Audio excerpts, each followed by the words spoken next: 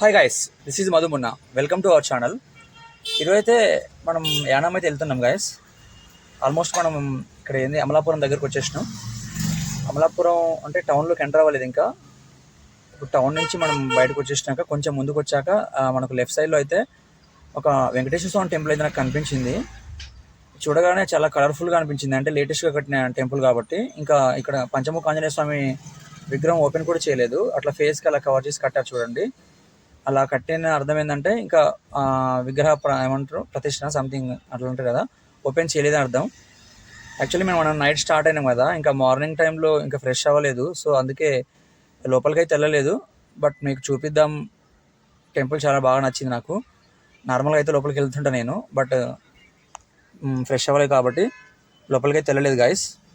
మన దగ్గర సరకారు చెట్లు అయితే ఎలా ఉంటాయో రోడ్ సైడ్ మనకి ఇక్కడ కొబ్బరి చెట్లు అయితే అలా కనపడతాయి.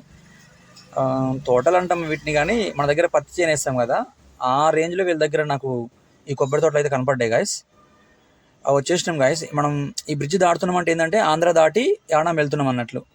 ఇదే బార్డరు.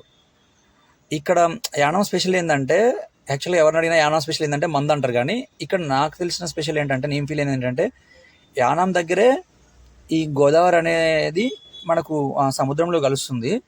సో అందుకే ఇక్కడ కొంచెం నది కూడా చాలా వెడల్పుగా అయితే ఉంటుంది చూడండి గాయస్. ఈ బ్రిడ్జ్ వచ్చేసి నాకు తెలిసి ఒక 1.5 to 2 kilometers వరకు ఉండొచ్చు. అది దాటగానే మనకు డైరెక్ట్ యానామే. మనమైతే వచ్చేసినాం. మనకి అట్లా కనిపించేదే మనం తీసుకున్న రూము, లాడ్జ్. ఇది కొంచెం మనకు ఊరు బయట లాగా ఉంటుంది కాబట్టి అక్కడ పాండ్ ఉంటుంది సైడ్, అంటే చెరువు పక్కన తీసుకున్నాము, కొంచెం పీస్ఫుల్గా ఉంటుందని. ఈ చెరువు అనేది దీనికి ఒక స్టోరీ ఉంది. ఇక్కడ మన ఫ్రెండ్ అయితే ఒక అతను పరిచయం అయ్యాడు, ఆయన కనుక్కొని మీకు చెప్తాను ఇక్కడ స్టోరీ ఏంటనేది. చూడండి గాయస్. ఇక్కడ మీ లోకల్ అన్న ఇది వాటర్ ఏందన్నది చెరువు చేపల కోసమా? దీని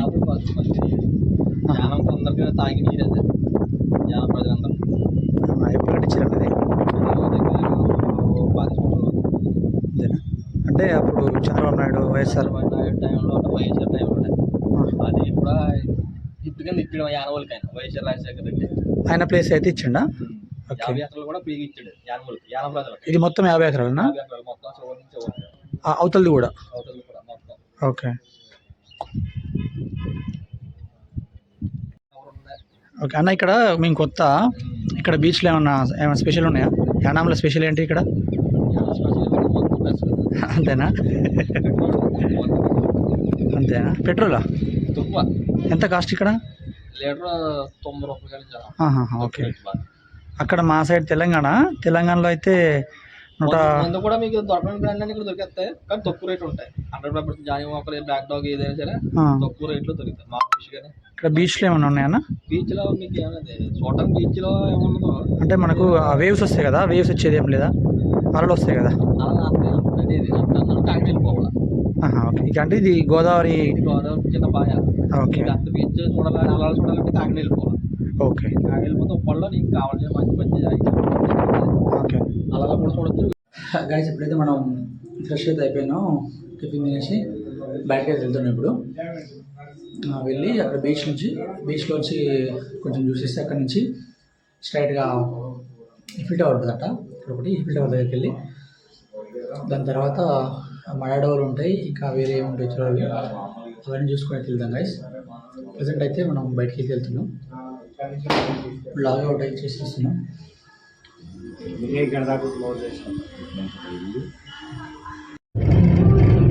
బీచ్కి అయితే స్టార్ట్ అయినా ఇప్పుడు. హీరోలాగా ఉండు, నేను హీరోలాగా ఉండేది. మీ అందరికీ నేను ఏం చెప్తున్నా అంటే, యానం వస్తే మందు ఫ్రీ అని చెప్పి తాగొచ్చు, ఎంజాయ్ చేయొచ్చు, కానీ please don't drunk and drive. తాగి ఎవరు కూడా డ్రైవ్ చేయకండి గాయస్. ఇక్కడ యానం రాగానే ఖచ్చితంగా ఎవరైనా సరే మందే ఫేమస్, ఇక్కడ ఆల్కహాలే ఫేమస్ కాబట్టి ఖచ్చితంగా ఆల్కహాల్ తీసుకుంటారు. బట్ ఏంటంటే మీరు ఎవరైతే డ్రైవ్ చేసే వాళ్ళు ఉన్నారో అతను ఖచ్చితంగా ఆల్కహాల్ తీసుకోకుండా డ్రైవ్ చేయండి గాయస్. మేమైతే లోపలికి అయితే వెళ్ళిపోతున్నాం. యాక్చువల్గా ఇక్కడ బీచ్ అంటూ సపరేట్గా ఏం ఉండదు గాయస్, జస్ట్ గోదావరి నది సముద్రంలో కలిసే ప్లేస్ ఉంటుంది కదా, అక్కడ ఉంటుంది. అక్కడ వేవ్స్ కానీ మనం ఏం కూడా ఎంజాయ్ చేయలేము, అంటే ఫిజికల్గా లైక్ ఎలా అంటే మనం పోయి అక్కడ వాటర్లో మనం ఆటలు ఆడాలి, ఏదైనా ప్లే అంటే ఇంకా లోపలికి వెళ్ళాలనే ఆలోచన ఎవరు ఉన్నా సరే ఇక్కడైతే ఏం చేయలేము. బట్ వ్యూ అయితే మాత్రం ఎక్స్ట్రాడినరీగా ఉంటుంది. చూడొచ్చు, ఇక్కడికి వెళ్తున్నాం కదా గైస్, ఇదే బీచ్ ఏరియా. చూడండి, మనం ఎంటర్ అవుతున్నా కానీ మనకు మంచిగా శివలింగం అండ్ ఎలిఫెంట్ ఈ ఫోటో అయితే మనకు కనిపిస్తుంది గైస్. ఇక్కడ ఏరియా అయితే ఆసం ఉంది.